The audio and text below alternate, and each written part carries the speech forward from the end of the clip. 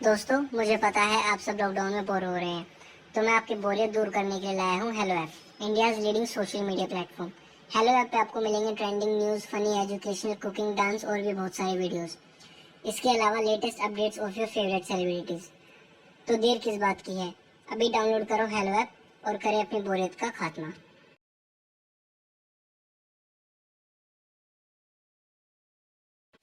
शालिनी अपने पूरे परिवार के साथ कवि नगर में रहती थी।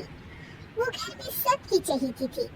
उसके सास ससुर भी उसका बहुत मान रखते थे, पर सबसे ज्यादा अगर उसे किसी से लगाव था तो वो था अपने देवर रोहन से। रोहन भी अपनी भाभी को अपनी दोस्त की तरह ही मानता था। वो दोनों का आपस में बहुत ही गहरा रिश्ता था। एक दिन, भाभी, मुझे बहुत डर लग रहा है, आज ऑफिस का पहला दिन है ना।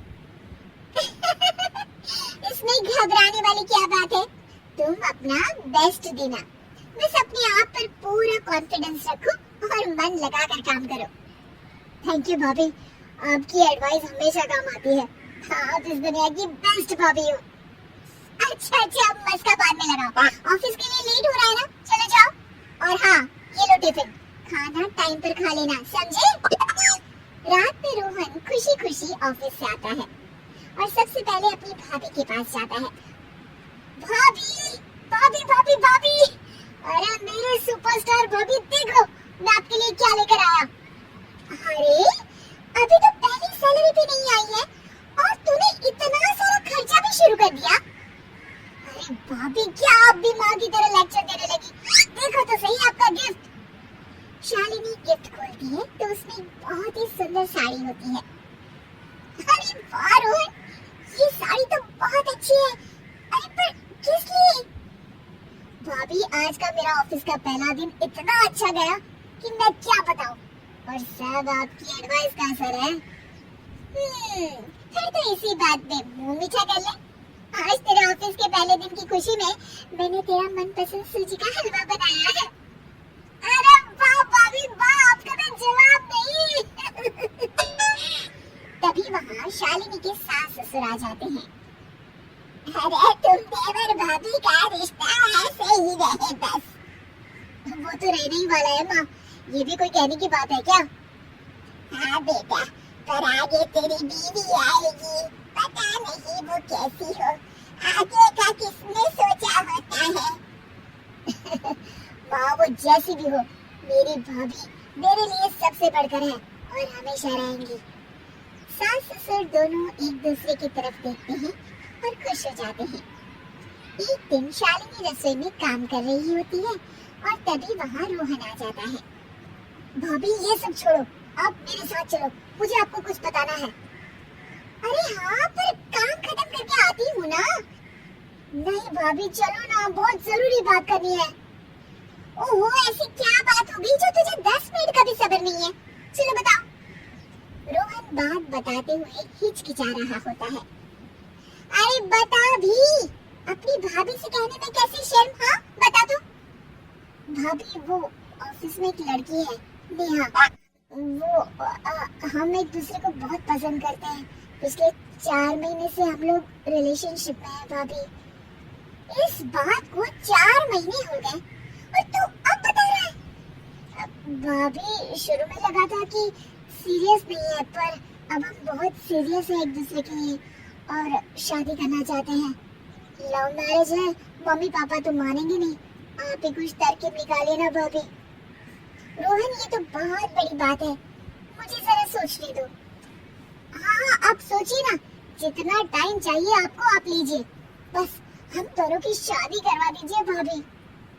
कुछ समय बाद उसे एक तरकीब मिलती है। वो अपने सास ससुर के पास जाती है और कहती है, मम्मी जी, वो रोहन के लिए ना एक रिश्ता आया है। लड़की से तो मैं मिली भी हूँ, बहुत अच्छी है, आप लोग भी अगर मिल लेते तो। रिश्ता? पर बहू, रोहन अभी शादी करना चाहता भी है कि नहीं?